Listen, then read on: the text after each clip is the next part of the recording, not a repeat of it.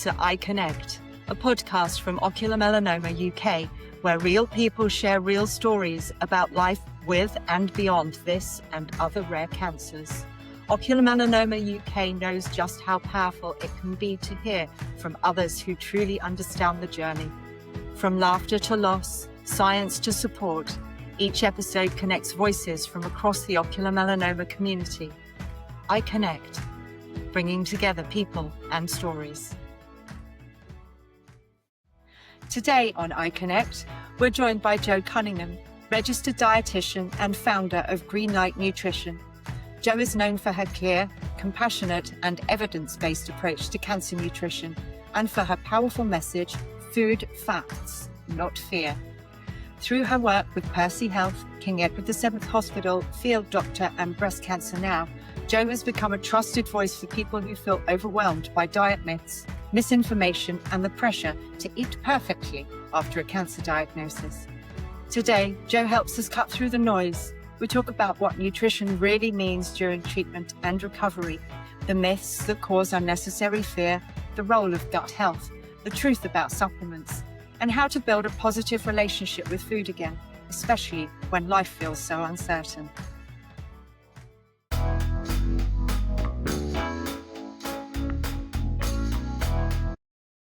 Jo, thank you so much for joining me today, this morning, this afternoon, where I have no idea what time it is. It doesn't matter. I'm glad you're here. Thank you for having me. So you founded Greenlight Nutrition, and is there a story behind why you became so involved in kind of cancer nutrition, cancer care, and how long have you been up and running as a dietitian? So yes, I've been a dietitian for about a decade now. I was actually an accountant in my past life. I had food intolerance tests mistold to me before I became a dietitian. And it was my passion for wanting to understand the science that did not make me believe these test results. And actually, it made me realize that these food intolerance tests cannot diagnose food intolerance. There's no robust science to say that they can do what they want to do. So I was so upset by this fact that I changed my whole career from from accountant to dietitian. And then as the route for most dietitians, you start in the NHS. So I started within the NHS in my local trust. Really amazing experience where you get to go on every single ward, and it's called like a rotational dietitian, where you experience all of these different clinical conditions. And the thing that really struck out to me of the areas that I really were interested in was like the surgical gastrointestinal surgery side of things, where people need a lot of nutrition support for those conditions and for recovery. And then obviously the oncology side of things. And as a dietitian, often what tends to happen is you choose a speciality and then that's how you progress your career. So I started actually specializing mostly in the gastrointestinal stuff, primarily to support my own IBS journey, getting on top of those intolerances that I realized weren't even real intolerances.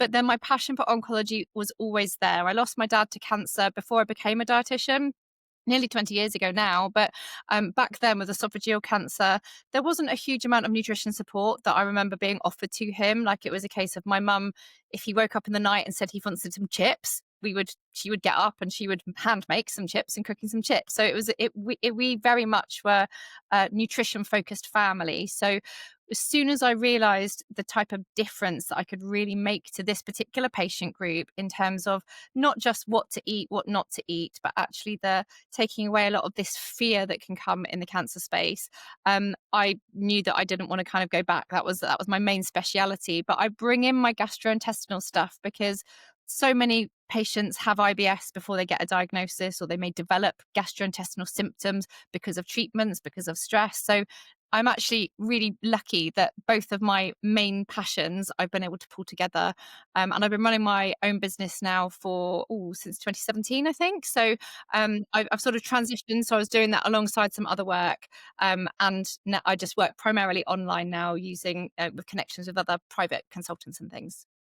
Oh, it's fabulous. Well, congratulations. Well done. And we came about through strange routes of, I was doing your makeup and for one of the clients that you work for, Percy Health.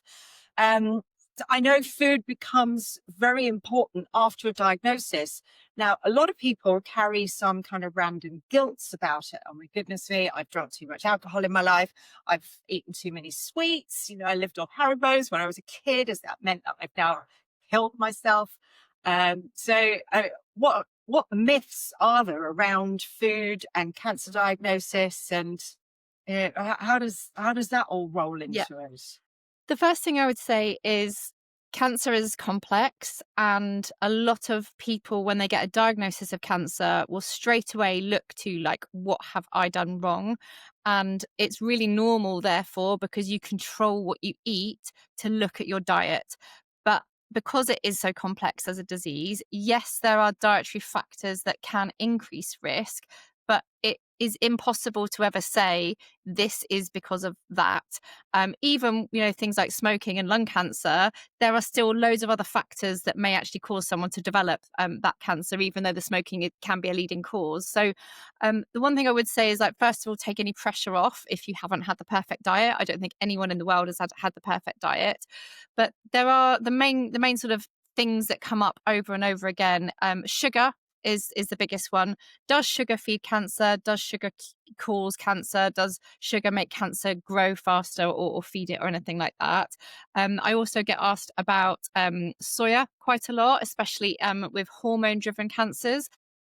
I get asked about meat and alcohol. I get asked about the alkaline diet, the ketogenic diet, about fasting. There's probably, those are the main sort of areas of supplements is of the big topic as well. But those are the main areas that I get asked about frequently.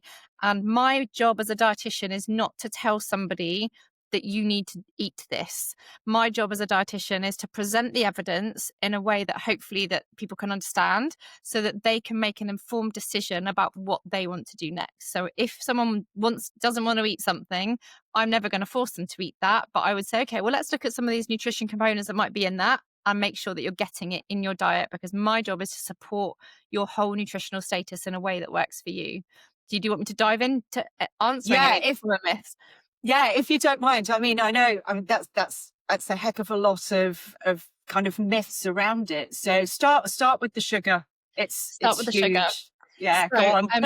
and when we think about it on sort of like a cellular level, a cancer cell lives within the body alongside healthy cells.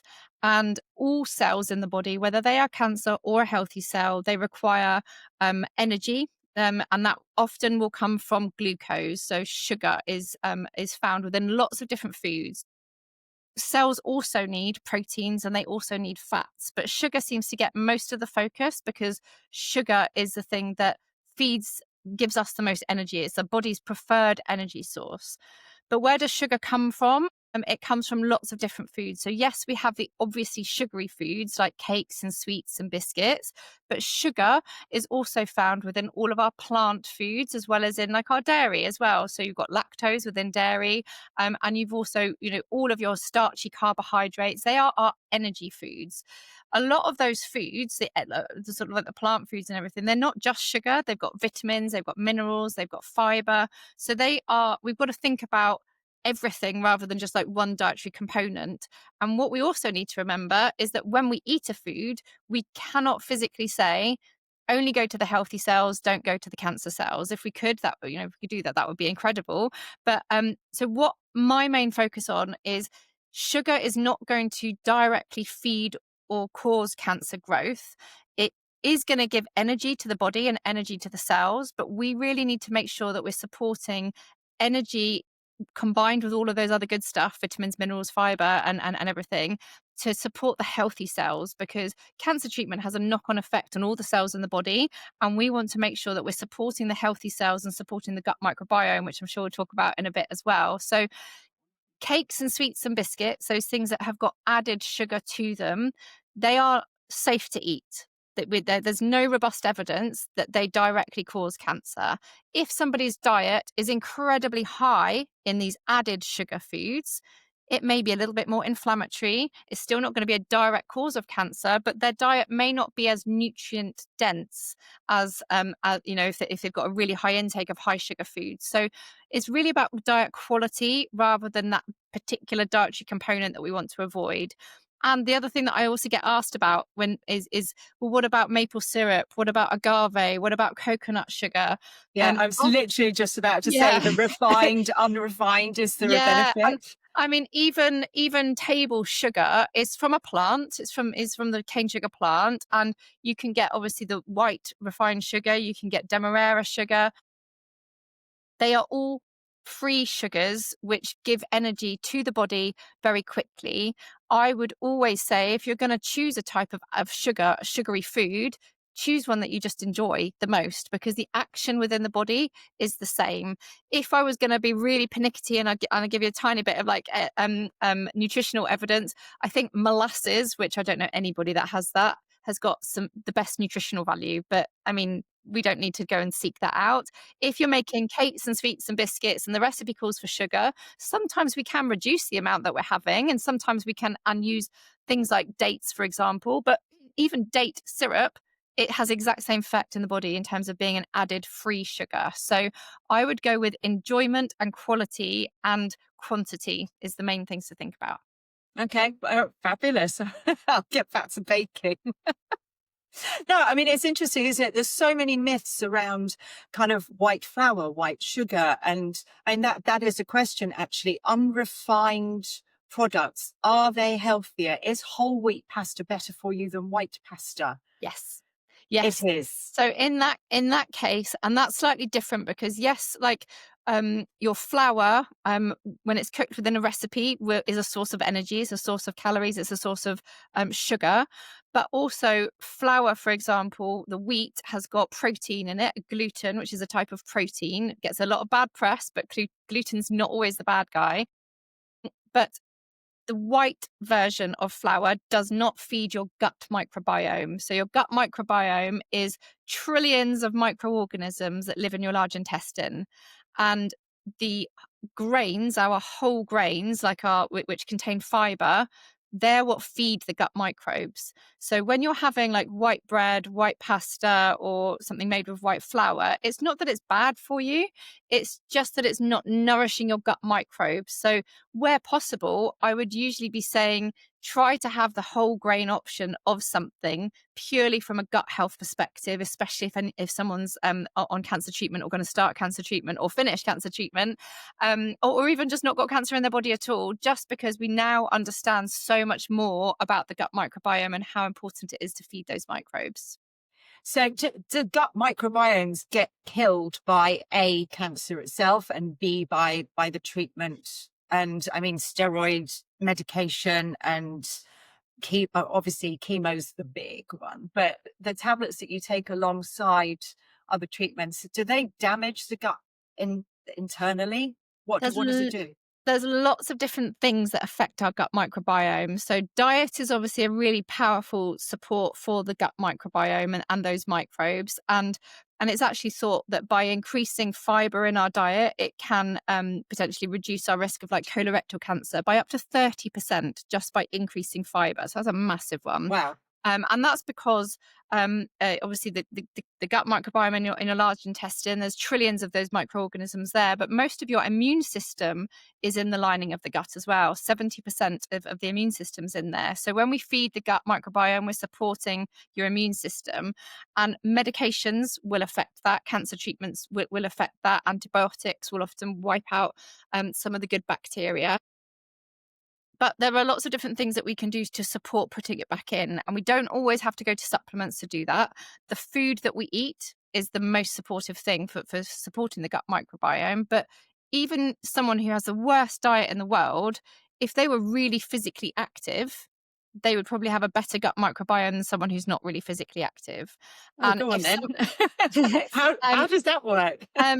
it's incredible. They have done studies to show that physical activity, independently of diet, will increase the diversity, the growth of these beneficial microbes, just like sleep.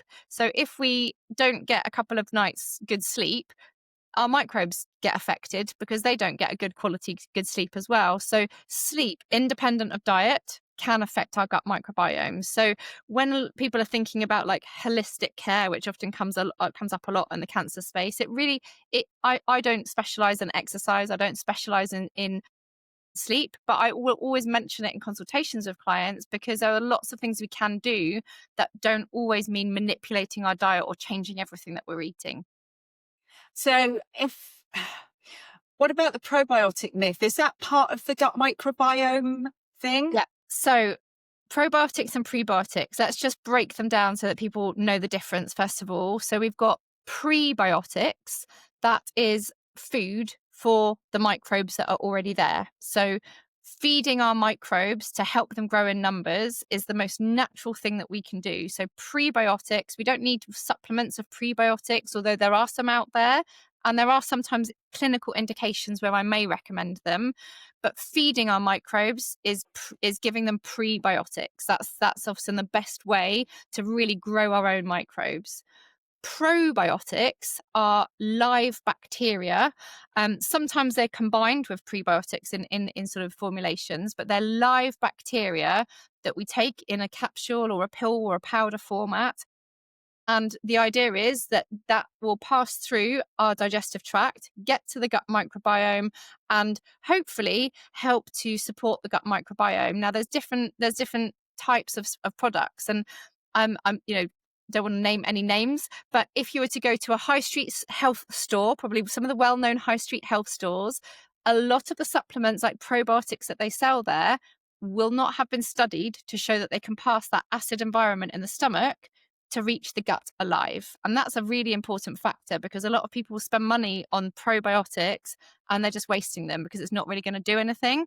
So if we were going to take a probiotic, I would want to make sure it's one that's been studied, that it can reach the gut and that it can have a clinical benefit. And different probiotics do different things. So I wouldn't recommend everybody needs a probiotic because a lot of us can just do it through diet. But say someone was experiencing constipation or diarrhea or bloating or something like that, then I mean, there are even things like migraines, for example. And urinary tract infections. We know that there are specific strains of probiotics that can really be supportive of clinical conditions. So it would be about matching the strain to the symptom that you're taking. And so that the name you might see might be like bifidobacterium. That's not the strain. That's just like the general family. The strain will be like a series of numbers or letters that often will come after it. And the general population isn't supposed to know that. And that's why the supplement market, which isn't regulated, takes advantage of people. So the one thing I will say about probiotics, though, is we want to make sure that they are safe for you as well. So some cancer treatments will affect your white blood cell count, called your neutrophils. If those white blood cell counts have dropped below our recommended safe levels, the risk of infection is quite high. And so live bacteria isn't something that we would want to add into the body, just like we would be really super cautious with food safety, for example. So we always want to make sure that it's safe to take. A lot of the time people think that natural equals safe and it doesn't always. So that's just something to bear in mind.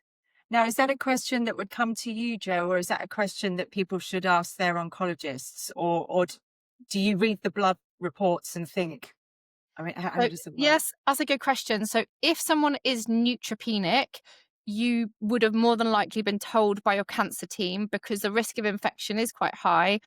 So your cancer team would have said you're neutropenic, therefore food safety is utmost paramount. You have to be really, really cautious. In which case they should know already. You shouldn't be left to work that out. I shouldn't be the first person that tells someone that they're neutropenic. But part of my job as a dietitian, I am qualified to be able to interpret and look at blood results. I would never provide diagnosis or anything like that, but I am qualified to be able to look at those blood test results and to be able to assess where we're at. So even things like live yogurts, for example, may be something we might want to pause on for someone who's in that neutropenic state. Wow. And I guess, I don't know, I mean, honey, is honey something that's banned from, you're not supposed to give a child under the age of 1 honey because of the bacterial qualities. So is that Sometimes it may depend on the level of neutropenia. So it's quite some people have like no white blood cells, and some Yeah. people has just dropped a little bit. So that can vary. But generally speaking, if your neutrophils are fine, then you may be eligible for a probiotic. But a lot of the time, we don't need one. We can do it through food. There's just the clinical indication is usually what would lead it for me, as well as the cost, because some supplements, some probiotics cost an awful lot of money. And I would want to make sure that someone doesn't start taking something and then just stay on it forever. We would want to take it for the evidenced duration to show that it's actually going to be really effective. And some people actually do find it's something to think about if you're going to start a supplement. Some people find that when they take it, they feel great. When they stop it, they find that they don't feel so great. In which case, when we're weighing up whether we should take something, it's like, if it really does work for me, but I'm going to have to take it for a long time, is that something that I want to even do? Do I want to even go down that road? And for some people, it financially might not be something they can do. Yeah, fair enough. Talking of honey, Yeah. the whole Manuka thing. Yeah. But is it a bit of a? I'm I just mean, interested to know your thoughts on it, to be honest. yeah, I mean, Manuka honey is one of those things that there are antibacterial properties from Manuka honey. So it's one of those things that I don't think that we need to spend lots of money on lots of products. And I think that the market really does play on our fears a lot of the time. Yes, we may want to have some Manuka honey, but we don't have enough clinical evidence to say that it's actually going to be beneficial. A lot of the studies that have done, and a lot of this is common for all sorts of studies in the cancer diet space, a lot of them are done on, in preclinical studies and test tubes, or sometimes in rodents. So there are some studies, in test tubes that show that Manuka honey might slow cancer cell growth. We need to see whether that actually translates to humans. A lot of the time, some of this really exciting stuff that we see in test tubes doesn't always translate to humans, because we are so complex as beings. We are, but it's so But incredibly but you know complex. what? If you can afford Manuka honey and you'd like to have some within your diet, I have no problem with that, and especially as like a sugar source. The one thing I may say is that obviously it's expensive, but for anyone who experiences regular diarrhea, honey can actually sometimes make it a little bit worse, just because of the fermentation effect it can have. Wow. Okay. So Excellent. We learn something new every day. But some people can literally start to feel guilty. Do you end up with kind of patients who are going through emotional trauma about what they're supposed to be eating, and even the consideration that they might have brought their cancer upon themselves? It's a terrible thing to yeah. think about, and I would imagine people more with stomach cancers and things like that, or bowel cancers. I mean, I've got cancer in the eye. I mean, I don't think there's anything that I've eaten that's that's gone towards that. But Yeah, yeah, and so there is a couple of things that I generally say to avoid. I mean, I'll answer the question, but I'll answer this and then I'll go back to it, because I think it kind of makes sense to you. Alcohol and processed meats are the two main things that, generally speaking, as a population, we should be avoiding. So I don't use the word avoid a lot. My whole ethos is that all food gets the green light, but those two categories have the exception. Alcohol, no matter how much you have of it, is a poison when it enters our body. So every time we drink, we do need to be thinking, am I okay with increasing my risk of cancer? And that is I'm sort of like, I'll tell it as it is, the dietitian, and let people do with it what they want. There's no judgment for anyone who drinks alcohol, but for some people, when they're thinking about cancer prevention, that would be one of the things I would say to maybe think about. I am a bit annoyed at the whole drinking in moderation message that is out there, because actually drinking in moderation still increases our risk of cancer. Processed meat is the other thing that we know is a class 1 carcinogen, so it is known to cause cancer. But even if we were, processed meats, hams, bacon, salami, hot dogs, not all sausages, some sausages, gammon, even a joint of gammon, And that's because it's a red meat, and high intakes of red meat aren't super helpful in the gut, especially if we don't have much fiber. But they cook these red meats at a very high temperature, and they also inject them with something called nitrites, a preserving chemical.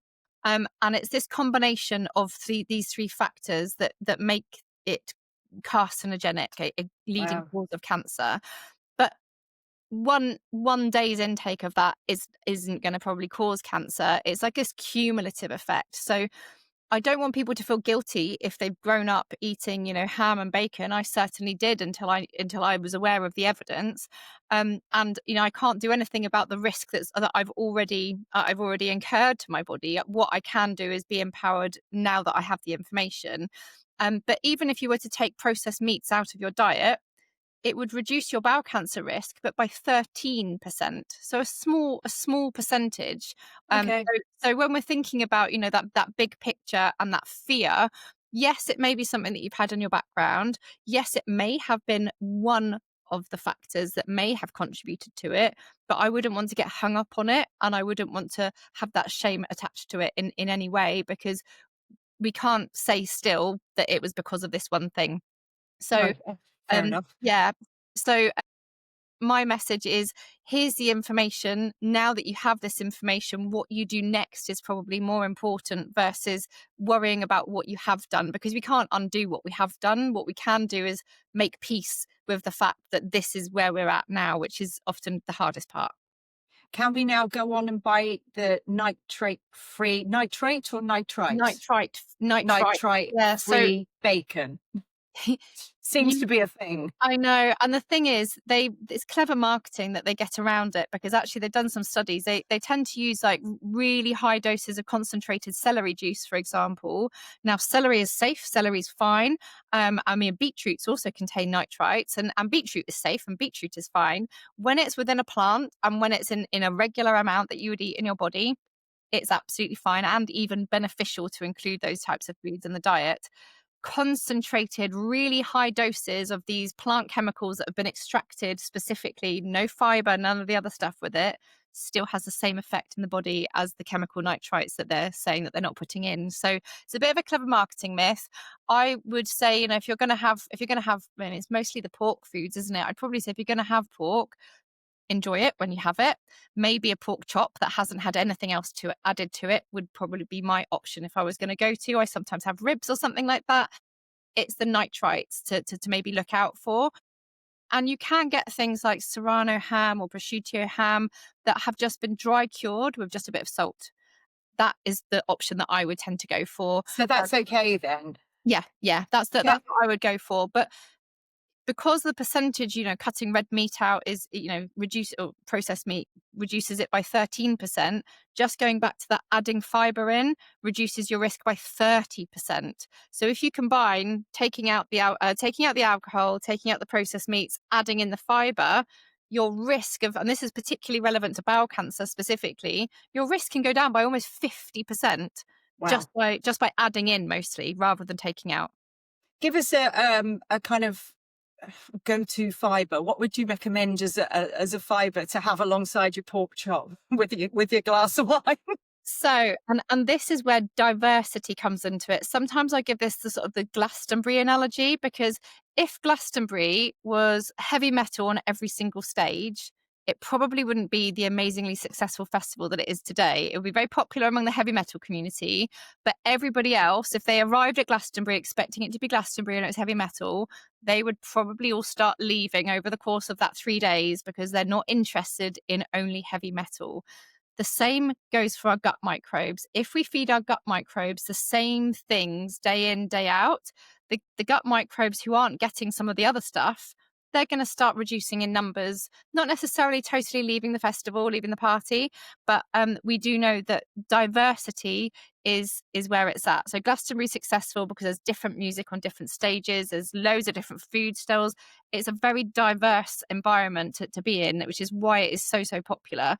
Our gut microbiome is the same. So I prefer to have 5 mouthfuls of different things versus 5 mouthfuls of just one thing. So when we're thinking about like our meat and 2 veg, really it should be meat and 5 or 6 or 7 veg.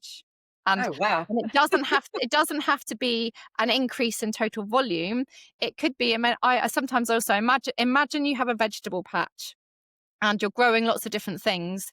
You wouldn't have probably a whole bunch of carrots that mature all at exactly the same time to have one massive portion of carrots. If you were a true vegetable, I mean, I have a vegetable patch that's only half successful, but if I was imagining that I had a really successful vegetable patch to sustain me, it might be that I went and picked, there might be a beetroot ready, a carrot ready. I could snip some kale, some chard, maybe some spinach, maybe some tomatoes or beans. It obviously depends on what time of year, but you might have little bits of lots of things that would be generally ready. Our supermarket food system has given us everything all the time, which is why we buy things in bulk in a big bag and then we have a big portion of it. So when we're thinking about building your plate, imagine taking your scissors and snipping a couple of leaves and putting that on your plate, and one floret of broccoli, one floret of collard. It doesn't have to be that little, but it could be if you wanted it to be.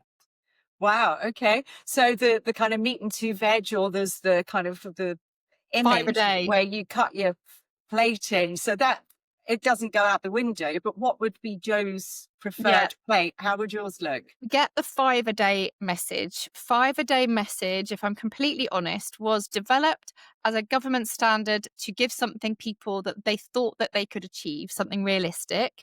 And actually, it only accounts for fruits and your vegetables. When we're thinking about diversity and feeding those gut microbes, we know that fruits and vegetables are important, but let's not forget those whole grains. So that's where, it could be rice, it could be whole wheat, it could be quinoa.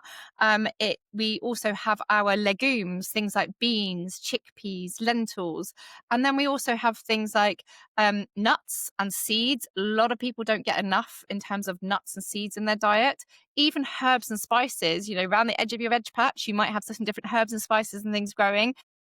Those are plants as well. And when we're thinking about diversity, there was a big study that they did several years ago called the American Gut Project. And they found that people who have 30 or more plants in their week had Oh, greater phew, a diversity. week.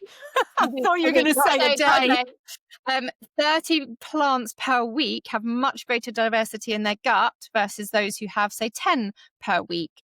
So we're creatures of habit. So if I was to invite anyone to maybe do a little sort of like a survey on themselves, which is something I would often do in clinic, it would be, and it could be just, on a Post-it note, it could be a note on your phone, put it on the edge of the fridge, whatever it is. Keep a track of, just over the course of a 7-day period, how many different types of plants do you have? So a lot of us will start the week off. They'll be like, okay, I have a banana and I have my granola, and you might find that and you can write each of your plants that you have on there, but you only write them once. So if you have a banana every day, that goes on this list just once. So you might find you get to sort of like Wednesday or Thursday if you start on Monday, and suddenly you're not quite adding as many things onto the list as possible. And that's the moment where I want to say to people, what else could you add? What else could you maybe buy that you don't regularly buy? That's where we can expand on it. And don't worry if you're nowhere near 30 yet. The key would be to very gradually start to increase it so that you are getting more variety over time, which will be, we don't want to shock the gut by suddenly going from like 10 to 30. We would want to go from 10 to 15 to 20, very gradually, to expand it, which will give you a chance to get used to it, and your taste buds will get used to it. And the more tasty you make it, the more enjoyable it will be, and the better your gut function will probably be as well. So herbs and spices. So you say the more tasty you're going to make it. So you could make like a savory rice and add vegetables to it, and add in your herbs and spices. They would form part of this 30, would they? Absolutely, but they would count as a quarter. So you'd have to have 4 herbs and spices to make up a plant point, which different people have like coined the term plant points across the week. And essentially, when we're thinking about those like fiber targets, the number 30 comes in again because our fiber targets per day are 30 grams per day. Now, a lot of people won't be able to look at a plate of food and be like, well, this is 8 grams of fiber, because that's not what you're trained to do. But if you're getting 30 plants, variety across the week, you're more than likely going to be close to that 30. It's thought that half of people aren't even anywhere half the way to 30 at the moment. So slow and steady, looking at your plant intake would be my best advice. And we've spoken about plants, we've spoken about fiber. What about protein? Because that's just as important, Massive. especially in cancer recovery. Yeah, it is massively important. And actually, protein requirements can double when someone has cancer cells within their body. And it may sometimes depend on where the cancer is in the body as well. But generally speaking, well, there's a big trend about protein at the moment. We don't need to have protein boosted bars, and we don't need to have protein loaded this and that. We do need to have protein. And for anyone who eats, animal products of any kind, a lot of us are getting enough protein in the diet. So for someone who was maybe 60 kilograms, they would need 60 grams of protein per day without cancer in the body. So that could be a large chicken breast, for example. An egg, for example, is 8 grams of protein. A bit of salmon might be about 30 grams of protein. So if you're having animal products, it can be easier to get to your protein needs. In cancer, protein requirements can double. So a 60 kilogram person may need up to 120 grams of protein, which in the absence of animal products in the diet can be more difficult. Doesn't mean to say it's impossible.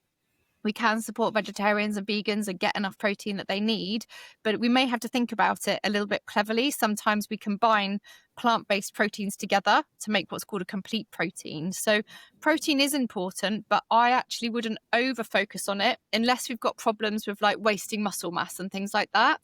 I would actually say the priority is, yes, we want to have balance, and about a third of our plate or sort of like the palm of your hand is like your protein source of an animal produce, but we want to it's the fiber actually that is the one thing that's coming out over and over again in this research at the moment that can really be supportive, may impact how someone responds to cancer treatment, which is incredible. It's early days in research yet, but we know that someone's gut microbiome, especially if they're having like immunotherapy, the immunotherapy may be more effective when someone's got a really good gut microbiome at the start. So that's why absolutely everybody should be thinking about fiber rather than prioritizing protein. Okay, so remind me. I want to come back to. I haven't asked you a fat question yet. Okay. We haven't brought fats into it, but a practical everyday kind of approach to getting this fiber in to support our newly found gut microbiomes, which are where, Jo? Where are they? So you've got your tummy. Intestine. So I've got, this is my daughter has stolen my small intestine, I'm afraid. So, and this is not the model is not to scale by any means. It's something that I have taken into a school. Your gut microbiome is in your large intestine. So in the small intestine, which is normally a wiggly mess all in here, that's where your vitamins and minerals are usually absorbed. And then your large intestine is where the trillions of microbes live, where the poo is formed and passed round. This is supposed to be a bladder, by the way.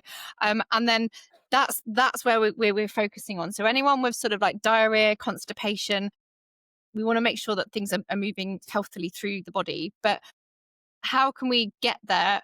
Fiber maxing is something that's trending at the moment, and I would caution anyone with that, because if you load your gut up with too much fiber, you almost certainly will experience digestive symptoms.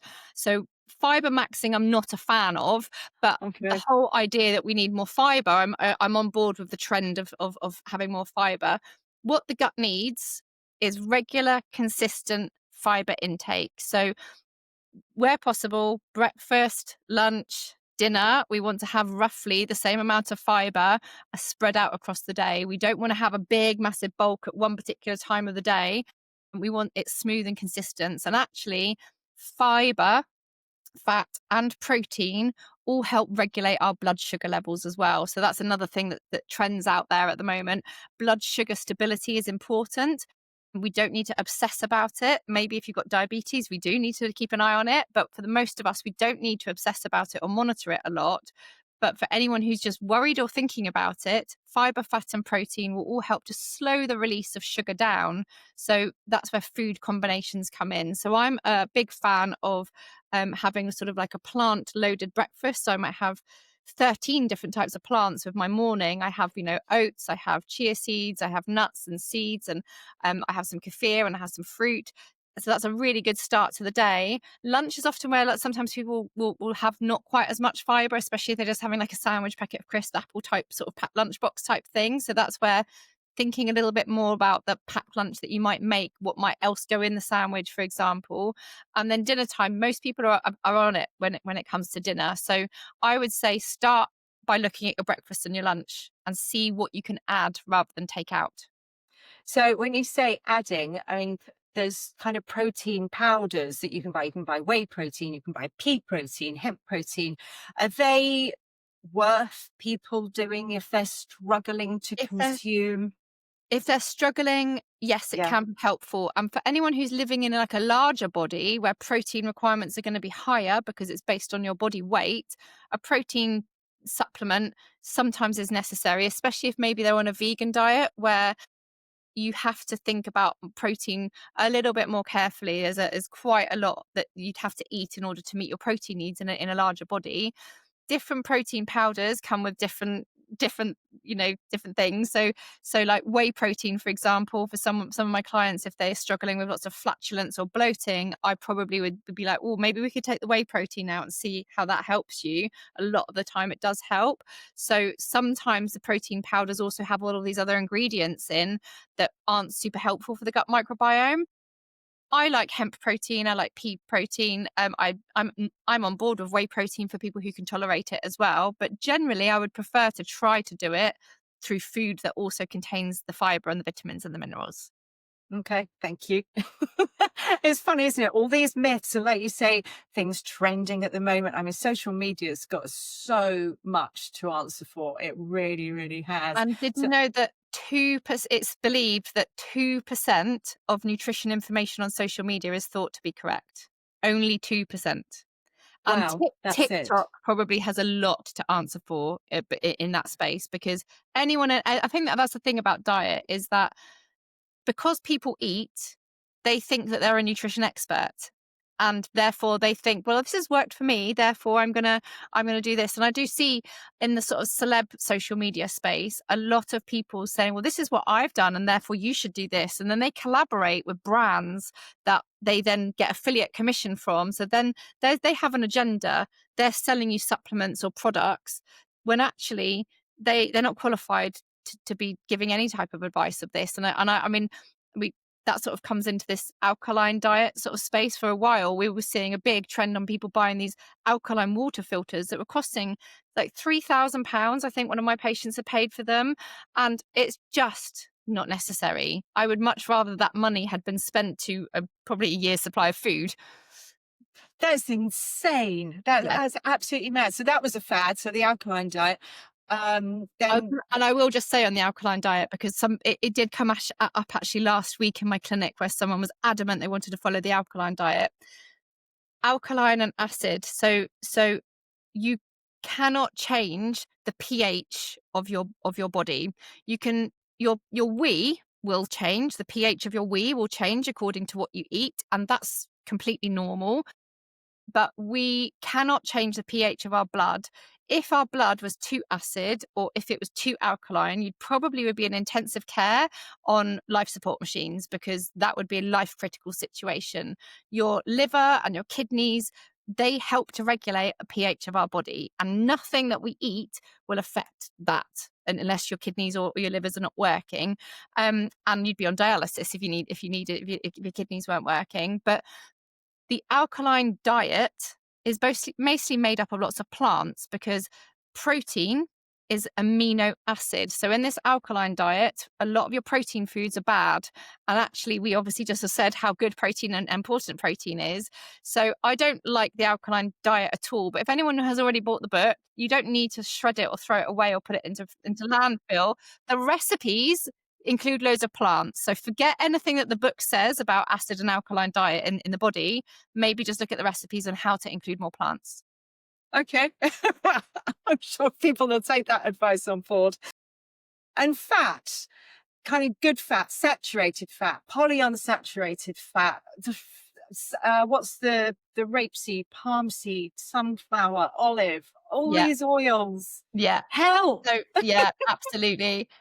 First of all, we need fat. It is absolutely essential. And I think especially as women, we have been given the message that we need low fat everything because the ideal body shape isn't got fat. You know, there's a big body image kind of fat uh, association that we need to kind of forget and break that stigma, because our diet really needs to have fat in it, because we've got fat soluble vitamins, which means some of the vitamins won't be absorbed if you don't have enough fat in your body.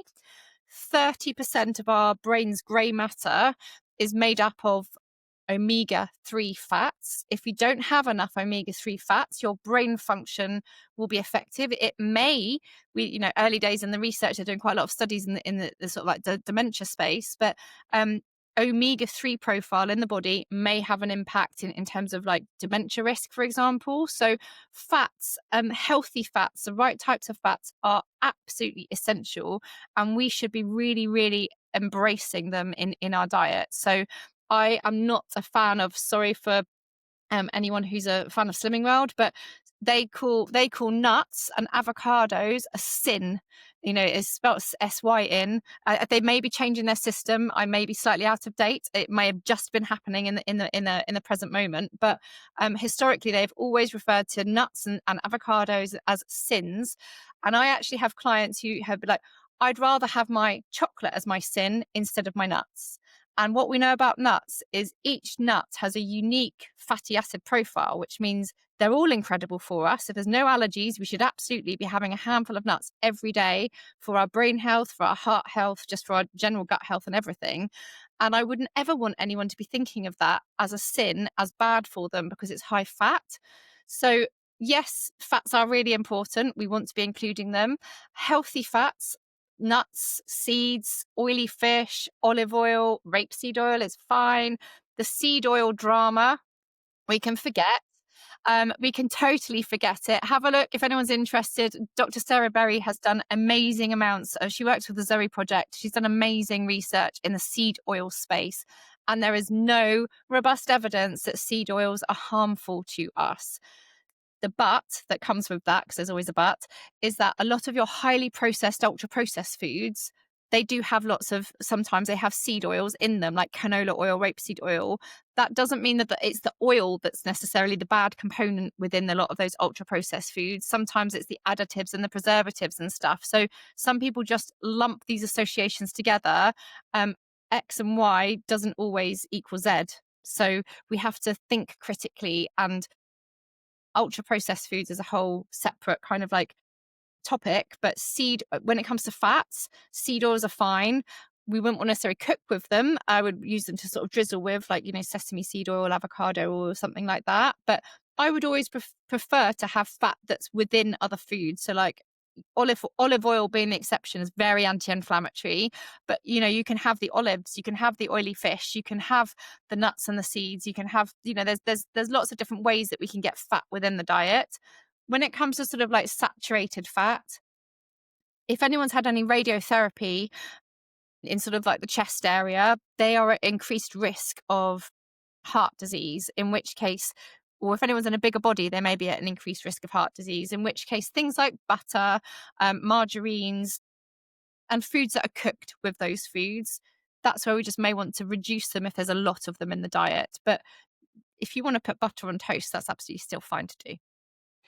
But I cook all my kind of Asian foods with sesame oil. So is that not ideal? I would probably drizzle with it. So we do know when it comes to oils, they all have different smoking points. So if you're cooking, so something like sesame oil, for example, it's got quite a low smoking point. So if you were to put it in a pan, it would start smoking far earlier than, say, if you were using ghee or coconut oil, which is saturated fat.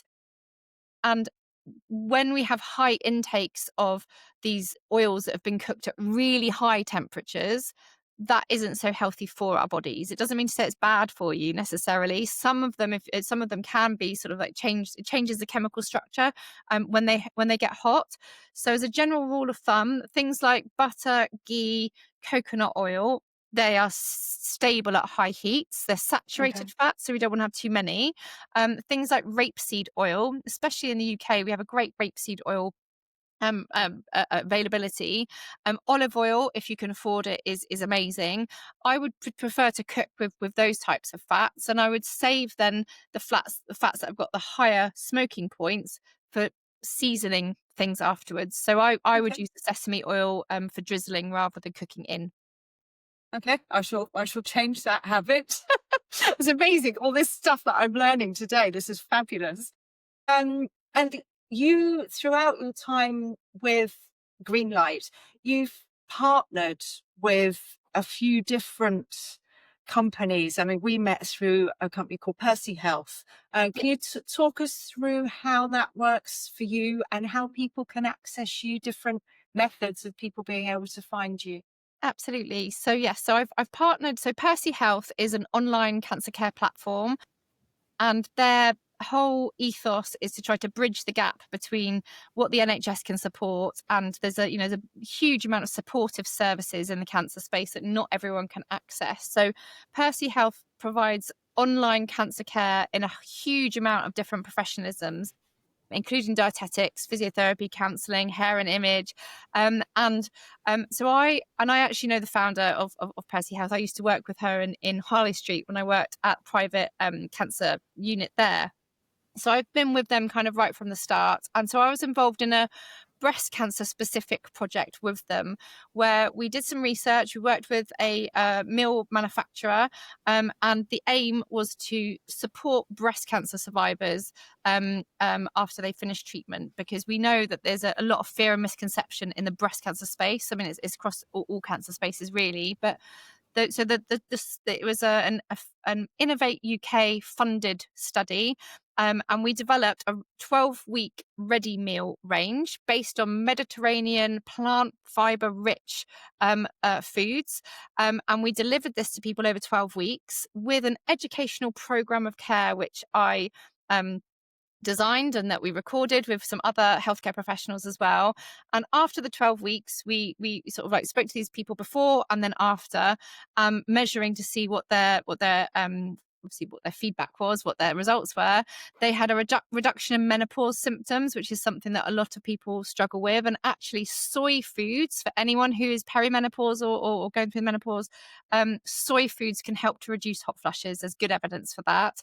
But we gave the menopause side effects were significantly reduced. Weight had come down for some people, which was again something that they actually wanted, and they adhered to this Mediterranean style diet much better than if they hadn't had this education, and their food confidence went up greatly. So it was called a preliminary study. We didn't have anything to compare it to, and we didn't measure blood results. That's something that I would love to do next. But essentially what it told us was that if you listen to the science and not the misinformation, it works. And that's amazing, Wow. my point of view, because the Mediterranean style diet, which is rich in fruits, vegetables, legumes, grains, nuts, oily fish, it is the worldwide best dietary pattern. And this type of dietary pattern, it can be applied to any type of cuisine. It doesn't have to just be like your Italian or Mediterranean countries. You can incorporate some of these elements into all cuisines of all types. And that's where we want to be thinking about, rather than trying to have this perfect diet. We just want to be thinking about variety, diversity, quantity, quality. Can I ask an alcohol question? Yes. Mediterranean diet. I don't drink personally, but I would have never been adverse to chucking wine in my food. Or so. What about cooking with wine? Yep. And actually, if you were to probably look back in the olden days, in the even the Mediterranean countries now have got a more Western diet now. So we're talking about the traditional Mediterranean style diets. Think about the size of their glasses of wine that they would have had on the table. They would have almost been like one of those tiny, tiny little glasses. And it was more of a social, it wasn't such a social norm. It was more like, this is a small amount of wine paired with the meal. They may have used some of it in cooking. Even in small amounts, we do know that alcohol is harmful. When you cook with it, it does change the chemical composition. So there's probably less harm that's going to come from using it within cooking. But it's the way that they drink was different. So some people, some practitioners will say, yeah, red wine's fine because, you know, it's got these benefits from the reversatile, some of the properties within the grapes. Actually, we do know that the alcohol, as soon as you go past a certain tiny amount, the alcohol damage outweighs any benefits. Okay. But I would probably caveat that with, if you're going to have some red wine, choose a really good quality one, sip it and enjoy it, don't neck it. And think about the size of the glass. We don't need to have that ginormous glass that the pubs are trying to make money from us. That's the ultimate thing. The food industry is always trying to make money. They don't have our health at heart. So there is that sort of caveat as well, that food is for enjoyment. And if it's going to mean the world to you to have a little glass of wine or a bacon sandwich every now and then, it's probably going to be okay in the context of everything else you're doing.